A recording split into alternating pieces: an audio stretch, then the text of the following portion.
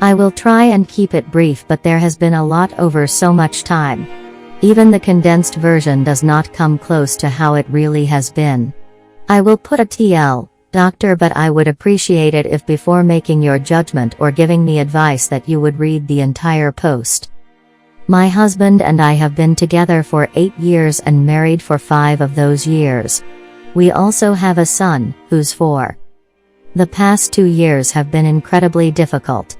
If I had to pinpoint a significant moment that caused our relationship to go on a downward spiral, was his father getting ill roughly 2 to 3 years ago and then his passing a few months after. Around that time his sister, who has repeated substance abuse problems and is in out of jobs, wreaking havoc on our relationship. That's when his behaviors became more erratic. Then an argument close to 2 years ago where he became physically aggressive towards me.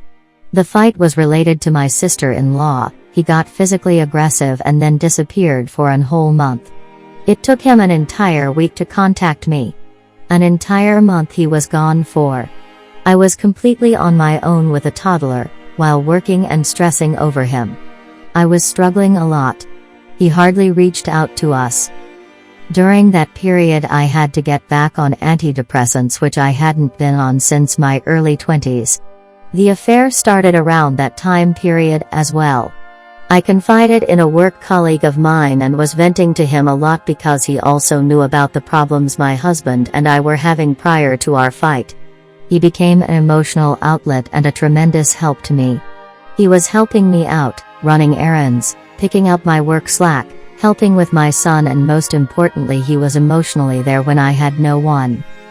The affair wasn't unavailable because back then I regarded his help as strictly platonic and I was desperate and needed all the help I could get.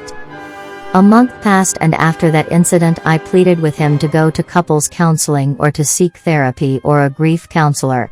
He refused. This is a comment I posted in 2019 and it describes what the situation was like. I'm doing my best. I don't blame him, but emotionally he is not letting me, and so I'm helping him in whatever way I can. I'm solely looking after our son, working a 9 to 5, doing everything else in the house while he's on annual leave, worrying more about his sister than himself and us.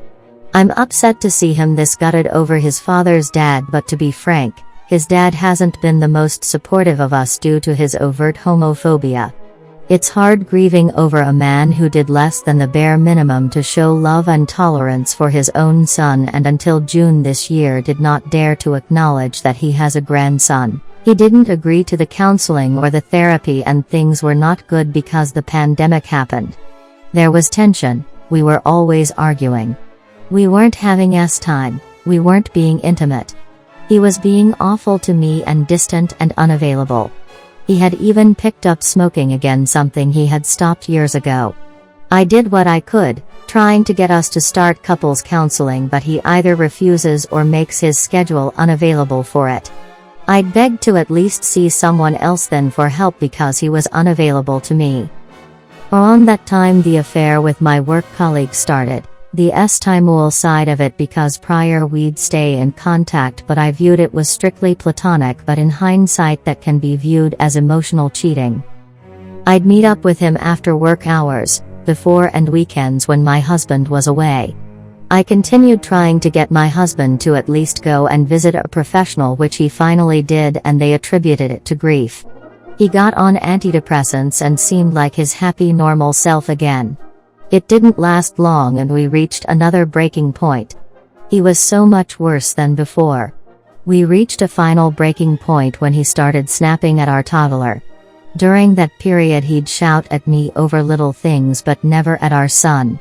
I told him that he needs to get it together because his behavior wasn't acceptable. I was close to either moving back in with my mom with our son or telling him to leave. He finally started therapy. Last month he got diagnosed with bipolar disorder and got prescribed medication. He snaps at me when I remind him to take it, but we started couples counseling and only now do I feel like it's going somewhere. With the affair, as soon as I ended it, I switched departments at work. I don't text him or interact with him much.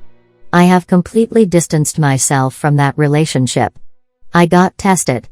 Regardless of that, my husband and I haven't had time in months. I have heard that if I were to tell him, it's better to tell him during our counseling sessions, which is the safest option. Given everything that I have tried to condense above, his erratic mood and behavior, self-destructive and destructive tendencies, I'm unsure if telling him is the best choice. I regret it a lot, and I understand if whoever is reading is might think that I shouldn't thought about all of the above before my affair.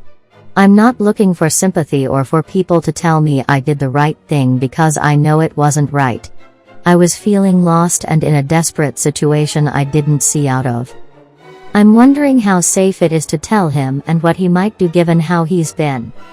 TL, Doctor, husband has been in downward spiral behavior and mood-wise in the past 2 to 3 years, coinciding with his father's illness and passing. He entered a period of many impulsive and erratic behaviors. He became physically violent and disappeared for a month. In that month I developed an emotional affair with a work colleague that turned timewall over the following months. After many pleadings, husband got into therapy and got diagnosed with bipolar. I'm questioning the sensibility of confessing the affair to him given his emotional state. Comment 1. I am going to offer some true and from the heart advice here. I was your husband. You are describing who I was almost exactly. I have bipolar and OCD. I was emotionally abusive to my wife and was an all-around shitty person. The difference between me and him is I hit rock bottom and rebounded like nothing else. I am not trying to brag at all. I made a huge mistake and put my son and wife in danger. That was a wake-up call for me. That day, after my wife left me on the side of the interstate and as I walked 20 miles home, I had a moment of clarity. I immediately quit drinking and was in therapy by the end of the week. I hate to say it because I fear for your safety, but he needs to hit rock bottom. I say this knowing this is not easy, but you need to leave him now. I cannot stress that enough. He will hurt you or your child. I know the chaos that is going through his head, and it took me a decade of truly hard work on myself to sort my shit out. I am in a good place now with my family back together and a great career, but I am told I am the exception, not the rule. He is your child's father, but please think of the child. When I was in the relationship and was that person, I could not see the damage I was doing. Maybe leaving will send him to rock bottom.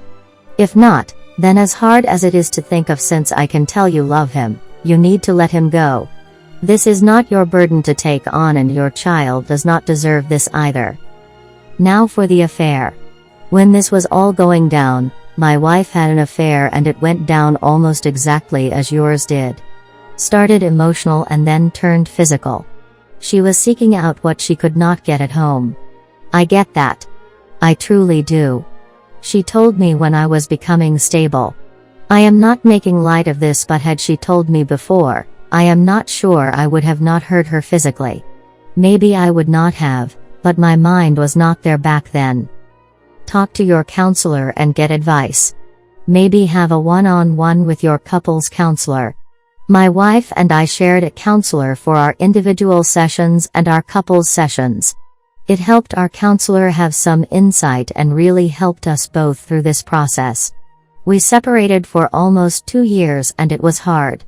If I had not gotten help, however, I likely would not be sitting here typing out my plea to you.